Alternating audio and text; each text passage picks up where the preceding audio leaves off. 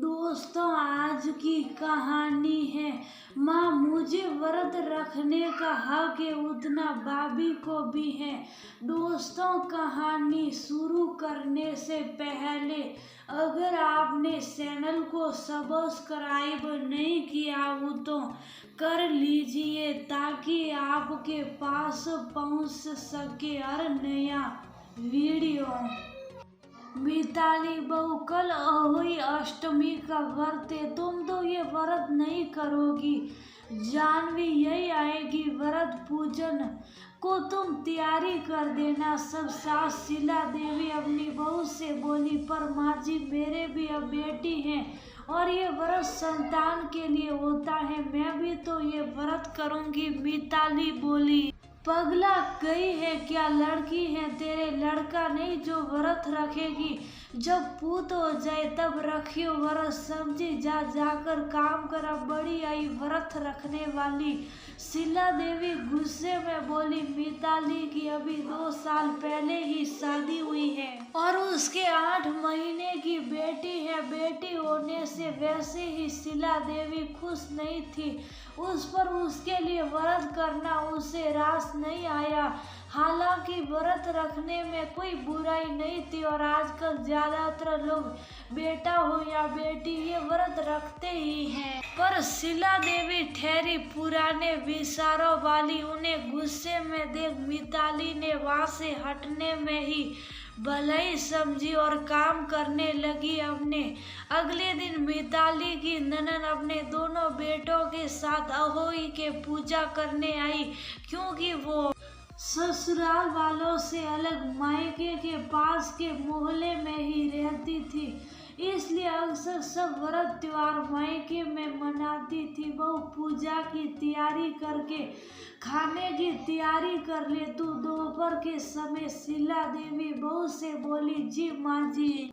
मिताली पूजा की तैयारी करने लगी और जैसे ही उसकी ननद और सास पूजा करने बैठी वह भी आ गई। अरे तू यहाँ क्या कर रही? जा जाकर खाना बना। शीला देवी उसे देख बोली, माँ जी मेरा भी व्रत है तो पूजा तो मुझे भी करनी है। मिताली शांति से बोली, मना किया था ना तुझे, फिर क्यों रखा व्रत? ये बेटों की माएँ रखती हैं उनकी लंबी उम्र के लिए, और तेरे कौन सा कोई बेटा है? अभी जा जाकर खुश खा ले, जब बेटा जने तब करियो ये व्रत। शीला देवी तन्नी उसी आवाज में बोली, माँ जी क्या बेटियों को लंबी उम्र की जरूरत नहीं है? आप भी एक बेटी की माँ हो और खुद भी किसी की बेटी हो, क्या आपको नहीं लगता ये गलत है कि सिर्फ बेटों के लिए व्रत रखा जाए और बेटियों की माँ को व्रत का हक ना हो? मिताली अपनी सास से बोली, बहस मत कर, यही रीत चली आ रही हमारे परिवार में, जिसके बेटे हो वही व्रत रखती है, बस समझी तू?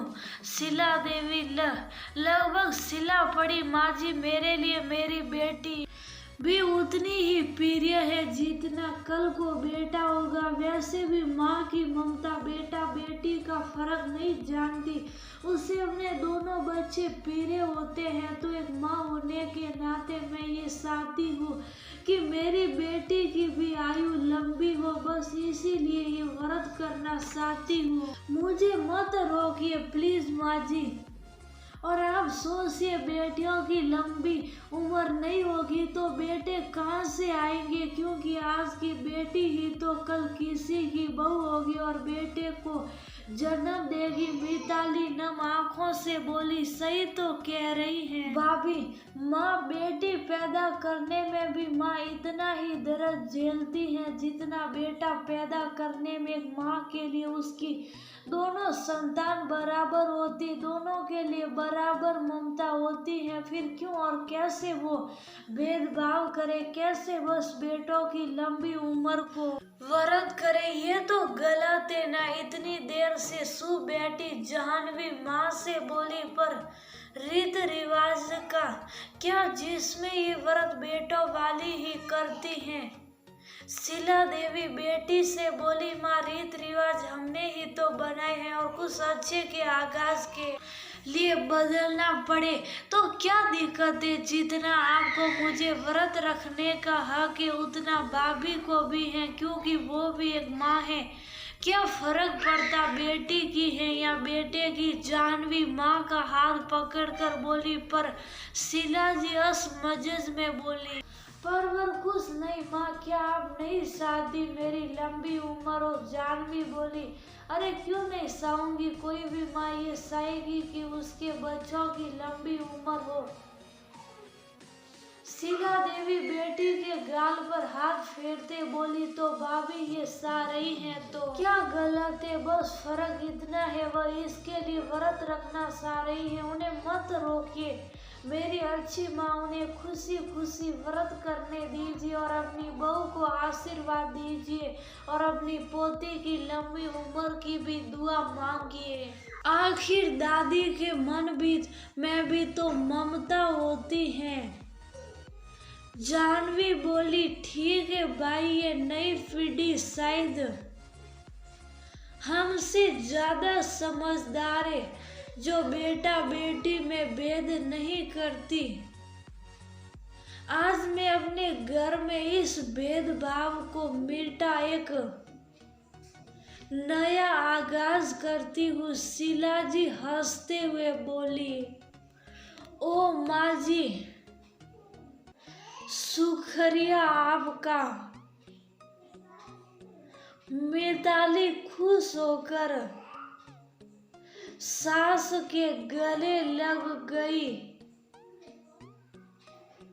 क्योंकि ननन के समझाने पर ही सही आखिर उसकी सास मान तो गई।